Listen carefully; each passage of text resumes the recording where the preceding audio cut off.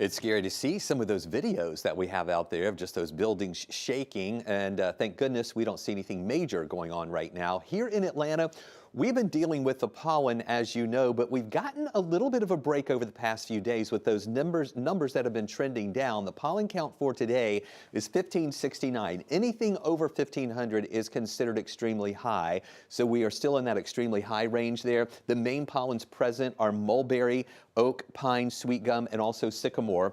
We have moderate grass and weeds, and then the mold is still in the extremely high range too. Let's take a closer look at this because I want to show you the trends that we've been dealing with this week.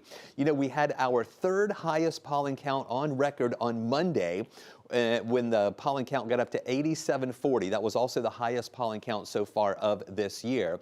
Now, during the day on Tuesday, it went down a little bit to 6981. That's thanks to some of the rain that came in earlier in the week. And then these lower numbers here at 2754 yesterday and then 1569, that's due to some of the cooler air that we've been experiencing. That cooler air helps to kind of slow the disbursement of some of those pollen spores. So I don't think we're over with all of the extremely high numbers. I think they will ramp back up once we see these temperatures warming up, especially as we get into the second half of the weekend and beginning of next week.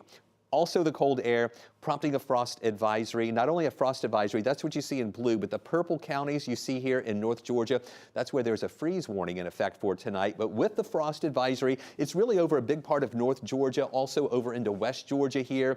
It does not include the city of Atlanta, but the northern suburbs, western suburbs are included in this. Temperatures could get into the mid and even some lower 30s in the early morning hours.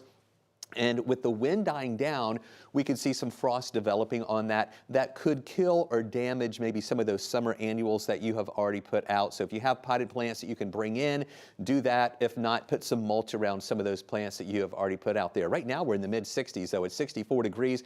It's one of those things that the Braves game, it feels okay right now in the sunshine, but once the sun goes down, those temperatures will be falling. We're in the 60s now over most areas, but then watch this. The sun does go down right around 8 o'clock, and then we fall through the 50s through 10 o'clock into the 40s early in the morning and even some 30s. We're going to be at about 39 degrees here in the city as we start off the day.